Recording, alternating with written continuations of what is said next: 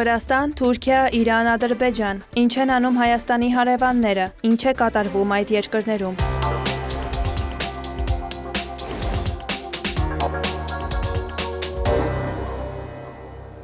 Վրաստանի պաշտպանության նախկին նախարար Իրակլի Օքրուաշվիլին դատարանի դահլիճում ձերբակալվել է։ Դատախազության պահանջով դատարանը խափանման միջոցը գրավից փոխել է կալանքի։ Օքրուաշվիլին դատարանում հայտարարել է, որ 20,000 լարի կամ մոտ $7,300 գրավը չի պատրաստվում վճարել։ Նա մեղադրվում է Վրաստանի խորհրդարանի ժամանակավոր քննիչ հանձնաժողովի պահանջը չկատարելու համար հրաժարվելով ներկայանալ հանձնաժողով։ Նախկին նախարարին մեղադրանք է առաջադրվել Վրաստանի քրեական օրենսգրքի 349-րդ հոդվածով։ Այն նախատեսում է տուգանք կամ ազատազրկում մինչև 1 տարի ժամկետով։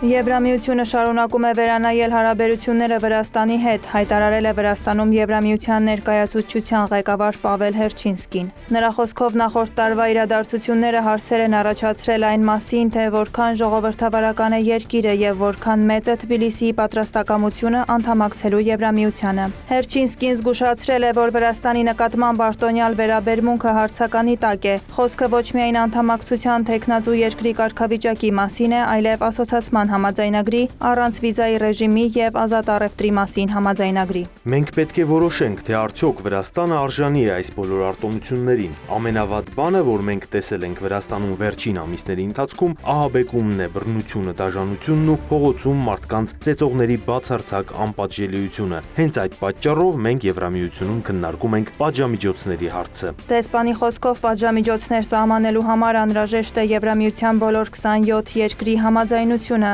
սակայն այս փուլում այն չկա, ուստի երկրների մեծ մասը որոշում է կայացրել երկկողմ պատժամիջոցներ սահմանել այն անձանց նկատմամբ, որոնք պատասխանատու են Վրաստանում բռնության համար։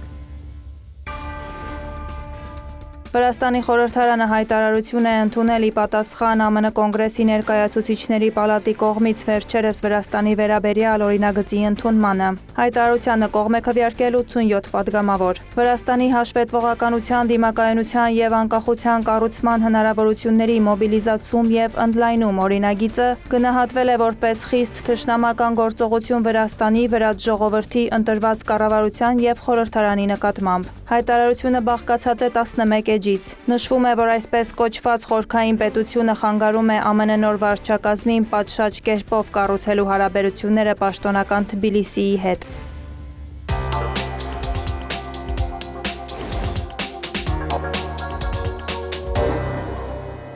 Անտալիայում մեկնարկել է ՆԱՏՕ-ի երկրների արտգործնախարարների ոչ պաշտոնական հանդիպումը։ Թուրքիայի համար մեծ պատիվ է հյուրընկալել այս կարևոր հանդիպումը, հատկապես այս շատ կարևոր եւ առանձնահատուկ ժամանակահատվածում։ Որպես ՆԱՏՕ-ի գործընկեր այսօր մեր օրակարգում են պաշտպանական ծախսերի բաշխումը, պաշտպանական արդյունաբերության ամրապնդումը եւ Ուկրաինայում խաղաղության հարցը։ Հաքան Ֆիդանի խոսքով Թուրքիան մշտապես հանդես է եկել դիվանագիտության միջոցով խաղաղության հասնելու օգտին։ Նա նշել է, որ այժմ հնարավորությունների պատուհան է բացվել։ Թուրքիայի արտգործնախարարը հավելել է, որ հանդիպումը կարևոր է նաև ՆԱՏՕ-ի հունիսյան գագաթնաժողովի նախապատրաստման համար, որը պետք է կայանա Հաագայում։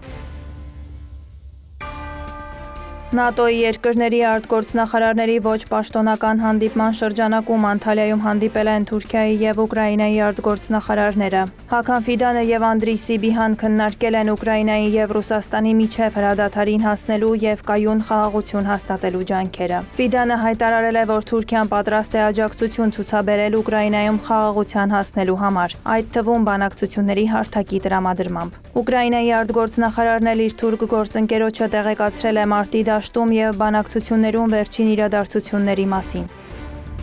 Համաշխարհային դիվանագիտության էպիկենտրոնը այժմ Թուրքիայում է, որը ակտիվ միջնորդական դեր է խաղում։ Մենք բարձր ենք գնահատում դա։ Ես վերահաստատել եմ Ուկրաինայի հանձնառությունը խաղաղությանը, լիակատար եւ տևական հրադադարի մեր անհապաղ եւ անվերապահ պատրաստակամությունը, ինչպես նաեւ Ուկրաինայի եւ Ռուսաստանի միջև բարձր մակարդակով ուղիղ հանդիպում անցկացնելու մեր առաջարկը։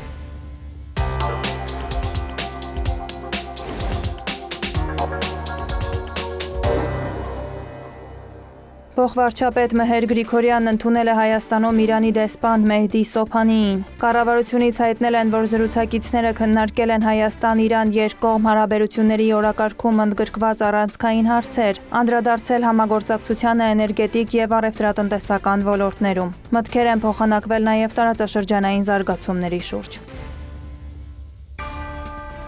Իրանի գերագույն հոգևոր առաջնորդի քաղաքական, ռազմական եւ միջուկային հարցերով խորհրդական Ալի Շամխանին ամերիկյան NBC News հեռուստաալիքին տված հարցազրույցում հայտարարել է, որ Թեհրանը պատրաստ է վերացնել իր ունեցած բարձր հարստացված ուրանի պաշարները, որոնք կարելի է կիրառել զենք արտադրելու նպատակով։ Նրա խոսքով Իրանը կարող է համաձայնել ուրանի ցածր մակարդակի հարստացմանը, եթե Միացյալ Նահանգներն անմիջապես չեղարկի բոլոր պատժամիջոցները։ Շամխանին նշել է, որ իր պայմանների բավարարման դեպքում Իրանը պատրաստ է արագ համաձայնագիր ստորագրել։ Պաշտոնյան քննադատել է ԱՄՆ նախագահ Դոնալդ Թրամփին, ասելով, որ նա խոսում է խաղաղության մասին, բայց իրականում միայն փորձում է ճնշում գործադրել Իրանի վրա։ Շամխանին նշել է, որ եթե Միացյալ Նահանգներն ազատվի Իսրայելի վարչապետի ազդեցությունից, ապա Իրանի հետ համաձայնության գալն իրական է։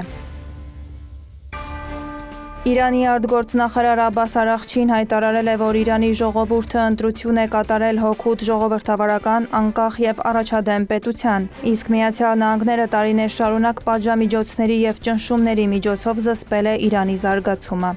Իրանի տնտեսական դժվարությունների պատճառը Միացյալ Նահանգների իմպերիալիստական քաղաքականությունն է, որը ձգտում է պարտադրել կախյալ եւ հնազանդ համակարգ, ինչը հակասում է Իրանի ժողովրդի արժանապատվությանը։ ԱՄՆ նախագահ Դոնալդ Թրամփն իր հերթին հայտարարել է, որ Իրանը չպետք է միջուկային զենք ստանա եւ Միացյալ Նահանգները պետք է ապահովի Թեհրանի դեմ իր սահմանած պատժամիջոցների կատարումը։ Իրանի արտաքին գործերի նախարարությունը դատապարտել է Միացյալ Նահանգների նախագահի հայտարարությունները։ Դոնալդ Թրամփն ավելի վաղ Թեհրանին մեղադրել էր տարածաշրջանի ապակայունացման համար։ Արտաքին քաղաքական գերատեսչության հայտարարության մեջ նշվում է, որ մինչ Միացյալ Նահանգներն Իրանի դեմ նման մեղադրանքներ է հնչեցնում, Իսրայելը վայրագություններ է իրականացնում պաղեստինյան տարածքներում, ինչպես նաև խախտում է Լիբանանի, Սիրիայի եւ Եմենի ինքնիշխանությունն ու տարածքային ամբողջականությունը։ Իրանի ԱԳՆ-ն նաև ընդգծել է, որ ԱՄՆ նախագահի հայտարարությունները չեն կարող սասանել Իրանի ժողովրդի միասնությունն ու վճռականությունը։ Թեհրանից կարծիք են հայտնել, որ նման հայտարարությունների նպատակը Իրանի եւ տարածաշրջանի արաբական երկրների միջև հակասություններ սերմանելն է։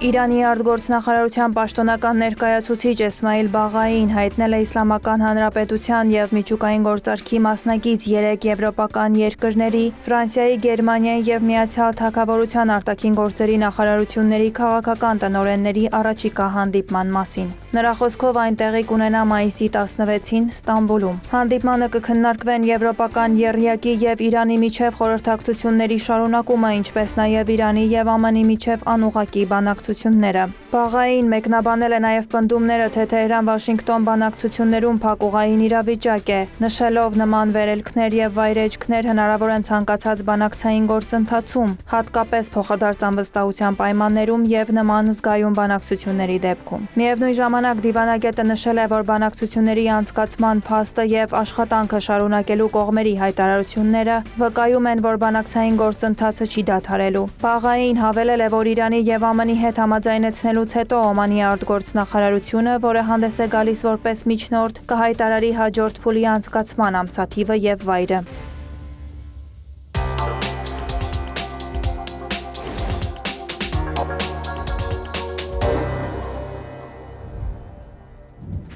Պակիստանի վարչապետ Շահբազ Շարիֆը զանգահարել է Ադրբեջանի նախագահ Իլհամ Ալիևին։ Զրույցի ընթացքում վարչապետը շնորհակալություն է հայտնել Ադրբեջանին տարածաշրջանում տեղի ունեցած ճգնաժամի ընթացքում պակիստանցի ժողովրդին ցուցաբերած դիվանագիտական, քաղաքական աջակցության եւ համերաշխության համար։ Շարիֆն ընդունել է նաեւ Ադրբեջանի դեսպան Խազար Ֆահրադովին, նշել Ադրբեջանի դիրքորոշումը երկու ժողովուրդների միջև ամուր բարեկամության եւ եղբայրության դրսեւորում է։ Խոսելով տարածաշրջանում տեղի ունեցող իրադարձությունների եւ Հնդկաստանի հետ հրադադարի շուրջ ձեռք բերված համաձայնության մասին, Շարիֆն ընդգծել է, որ Պակիստանն այսուհետ եւս պատրաստ է վճռականորեն պաշտպանել իր ինքնիշխանությունն ու տարածքային ամբողջականությունը։ Ֆահրադովն էլ ընդգծել է, որ Բաքուն եւ Իսլամաբադը մշտապես աջակցում են միմյանց։ Հավելել Ադրբեջանի նախագահը մեծ նշանակություն է տալիս երկու երկրի եղբայրական կապերի զարգացմանը։ Ռուսաստանի արտգործնախարարության պաշտոնական ներկայացուցիչը ճեպազրույցի ժամանակ մեկնաբանել է Ադրբեջանի նախագահ Իլհամ Ալիևի մայիսի 9-ի հաղթանակի շքերթին Մոսկվա չմեկնելու որոշումը։ Մարիա Զախարովան հայտարարել է, Բաքվի հետ հարաբերությունները կառուցվում են 2022 թվականի փետրվարին ստորագրված դաշնակցային փոխգործակցության մասին հռչակագրի հիման վրա։ Նրա խոսքով Մոսկվան տրամադրված է այդ փաստաթղթի ողջ ներուժի հետևողական բացահայտմանը, ծագող բոլոր հարցերի լուծմանը փոխշահավետ փոխադարձ հարգանքի վրա հիմնված ճանապարհով։ Զախարովան հիշեցրել է, որ Ադրբեջանի զինծառայողներ են մասնակցել հաղթանակի շքերթին։ Վարդուհի Հարությունյան, հարևաններ։